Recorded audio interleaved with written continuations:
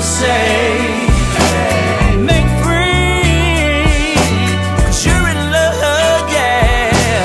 Best friends will love. Oh yeah. Oh. I know you worked with Casey on your 1999 album, Country Boy. Have you ever considered working with him again? Yeah, actually, man, we did a remix to Sang No More. It's out right now. Yeah, so, I mean, Casey and JoJo and myself, we formed a group, and we've been recording, actually, the name of the group is POC, and so, like, we represent the Carolinas, so the POC stands for the Pride of Carolinas, and so we've been working on it. We hadn't got that far because, you know, I've been traveling and they've been traveling, and when we come together, we get some stuff done, but we probably got about 7 or 8 songs recorded already. It's a work in progress, man, and they're going through some things right now, man. You know, everybody doing what they're doing and focus on getting our lives together, man. We'll give those guys time to regroup, and we're going to come back with the POC. It's good stuff. Now, they went on to form Jodeci, and I read that around the same time you went on and you formed a group called Undercover. Is that right? Well, yeah, I did form a group called Undercover, but it wasn't doing the same time. I mean, it was probably like a year after that first album came out, and I realized their success. And so, you know, like I said, we always been in a group together, man, so I put a group together myself and did some demos and came up to New York, man, and not long after that, we landed a deal. While I was there, we probably stayed for about like a week, man. You know, we did audition for a couple of groups, man, because back in the day, you know, all the executives would come out in the lobby, and you'd have to perform outside in the lobby by the receptionist. You know, we pulled it off, man. We had like 3 different labels trying to give us record deals, and we landed with Tommy Boy. Now, moving forward then even further, how did you go about starting your solo career with Country Boy? I was a solo singer from the beginning, but I put a group together, man, because at that particular time, I felt more comfortable being, you know, around my family, my brother and my cousin, and you know what I'm saying, it was a close friend. So when that didn't work out, man, like, it was easy for me to make that transition on to solo. And I met Heavy D when we was recording Undercover's album. So he had just got the position over at Uptown Records after Andre Herrera left, man. He offered me a solo deal, and it went from there. Nice. I was looking up on Country Boy, and it didn't really seem to reach the success commercially that it would have. Do you associate that with just the way the market plays out, or, you know, what do you think limited the success of the album? I don't think it was because of the market, man. I think it was just because of the marketing of the album. You feel what I'm saying? Because they didn't put any money behind it. You know, they just put it out there. You know, they didn't do no real setup for the album. They put the album out at the particular time that they put it out because they didn't have anything else to put out. You feel me? There was no real setup, and they weren't planning on putting my album out that early, but they had a space there, and then it happened, so they just put it out. And there was no marketing budget for it, really, you know, so they just threw it against the wall. If it's stick, it's stick. If it didn't, it didn't, and unfortunately it didn't. So not many things would stick if you don't do the proper setup for it anyhow, you know? Now, I feel like your second album, though, 2:35 p.m., it improved significantly on that and did a lot better commercially.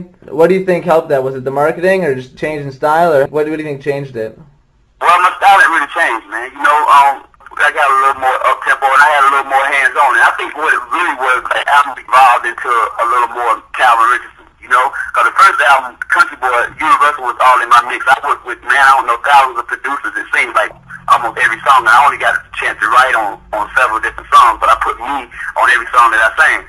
Well, on 235, you know what I mean, I was able to get in the studio by myself and do my thing. And then a lot of stuff that Raphael got the credit for producing on the album. I produced those songs myself, and Raphael heard them, and he's like, let's work on this together. Let's do it over, man. And he got the credit for it. You feel what I'm saying?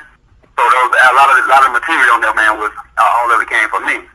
But at the same time, they did put a lot more marketing into it, and they had a strategy that was more about a Calvin Richardson over there. It wasn't about Calvin Richardson at Universal. It was just something to put out.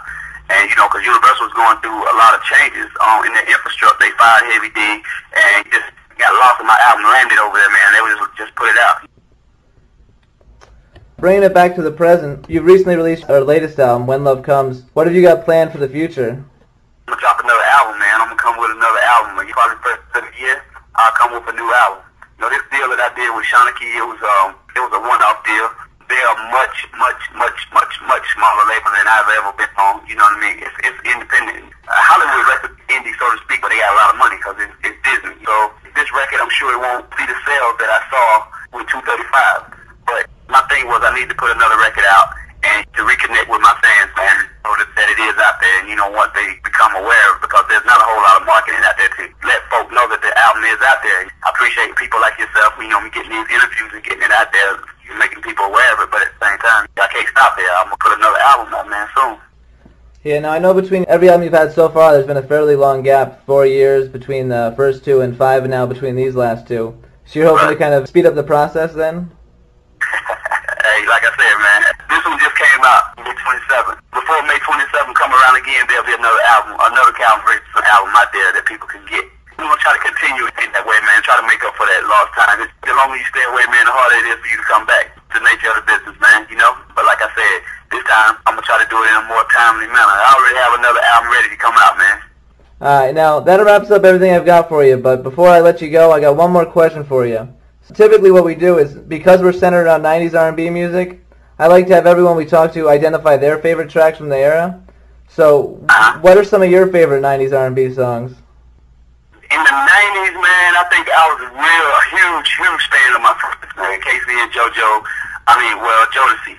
I was a huge fan of those albums, man. Diary of a Madman, you know, Freaking You, Forever My Lady. I was a fan of that stuff, man.